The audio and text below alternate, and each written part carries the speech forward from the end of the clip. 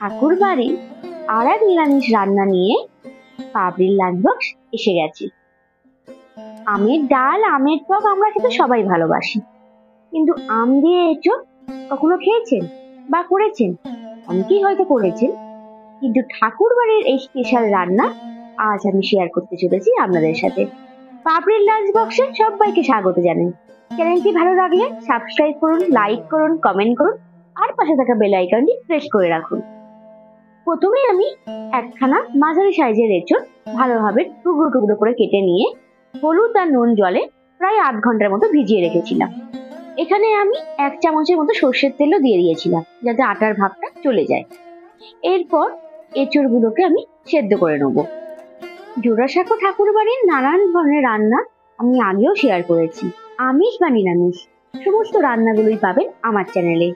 তাই আমার চ্যানেলটি যদি ভালো লাগে, ঠাকুর বাড়ির রান্না যদি আপনারা পেতে চান, তাহলে কিন্তু আমার চ্যানেলটিকে সাবস্ক্রাইব করতে হবে, লাইক করতে হবে, কমেন্ট করতে হবে, শেয়ার করতে হবে আর পাশে থাকা বেল আইকনটি প্রেস করে রাখতে হবে। আপনারাও বলতে পারেন কি ধরনের রান্না খেতে আপনাদের ইচ্ছা করছে। আমি সেইভাবেই ঠাকুর বাড়ির বই থেকে রেসিপি শেয়ার করব আপনাদের সাথে। 3খানা মিডিয়াম সাইজের আলু কেটে নিয়েছি আর 1খানা আম একটু লম্বা লম্বা ভাবে কেটে নিয়েছি। এই সমস্ত কাটা আমগুলোকে একটু গরম জল করে আমি ভাপিয়ে নেব, তাহলে আমের যে কষা ভাবটা সেটা চলে যাবে। এদিকে আমার এঁচোড়টাও সেদ্ধ হয়ে গেছে। দেখুন মোটামুটি আমার এঁচোড় ভালোই ভাবে সেদ্ধ হয়ে গেছে। আমি 3খানা সিটি দিয়েছিলাম। এবার কড়াই বসিয়ে আমি খানিকটা তেল নিয়ে নিলাম। ঠাকুর বাড়ির বইয়ে কিন্তু ঘি দিয়ে করা আছে, আমি এখানে সর্ষের তেল দিয়ে করলাম। সমস্ত এঁচোড়গুলোকে আমি ভালোভাবে লাল লাল করে ভেজে নেব। এই গরমে সবসময় মাছ, মাংস, ডিম বা খুব তেল জাতীয় খাবারগুলো খেতে কারোরই ইচ্ছে করে না, শরীরটাও আমাদের ভালো থাকবে না। তাই এইভাবে হালকা রান্না আপনারা বাড়িতে ট্রাই করতে পারেন। আম দিয়ে রান্না কিন্তু অসাধারণ হয়। আপনারা কিন্তু এঁচোড়ের জায়গায় পটল বা অন্য কোনো সবজিও রাখতে পারেন। একটু নুন আর একটু হলুদ দিয়ে হালকা লাল লাল করে আমি ভেজে নিলাম। এরপর সমস্ত এঁচোড়গুলোকে আমি তুলে রাখছি। আজকের রান্নাটা কিন্তু যদি আপনাদের ভালো লাগে, একটা সাবস্ক্রাইব করে যাবেন আর লাইক করবেন, কমেন্ট করবেন, শেয়ার করবেন। আগে থেকে কেটে রাখা আলুগুলোকেও আমি একটু লাল লাল করে ভেজে নেব। সামান্য পরিমাণ হলুদ আর সামান্য পরিমাণ নুন দিয়ে আমি ভেজে নিচ্ছি।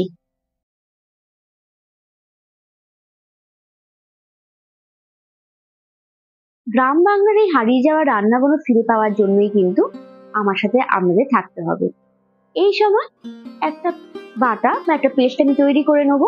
2টো কাঁচা লঙ্কা, একটু আদা আর গোটা জিরে দিয়ে একটা পেস্ট আমি তৈরি করে নিলাম। ব্যাস, দেখুন আলুটাও আমার লাল লাল করে ভাজা হয়ে গেছে। আমি এমন ভাবেই ভাজবো যাতে এই সময় আমার 50% আলু সেদ্ধ হয়ে যায়। এরপর সমস্ত আমগুলোকেও আমি হালকা করে একটু ভেজে নেব। আমগুলোকে আমি খুব সেদ্ধ করিনি, জাস্ট একটু ভাপিয়ে আমি আমগুলো তুলে নিয়েছিলাম। আবার একটু তেল দিলাম, এবার একটু হিং দিলাম 1/2 চামচের মতো।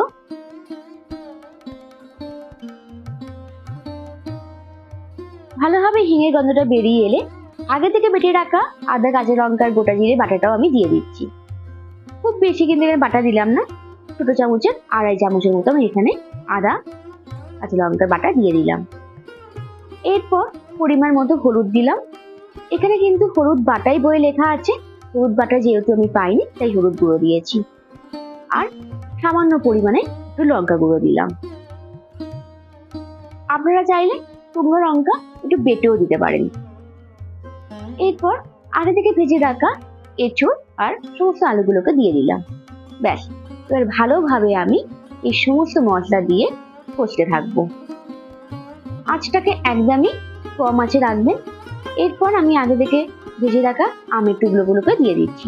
2-1টা আম আপনারা দেবেন না, লাস্টে দেবেন। আমগুলো পুরো গলে গিয়ে দেখুন টক টক খেতে হবে, তার স্বাদ হয় অসাধারণ। সামান্য পরিমাণ জল দিয়ে ফুটতে দিলাম।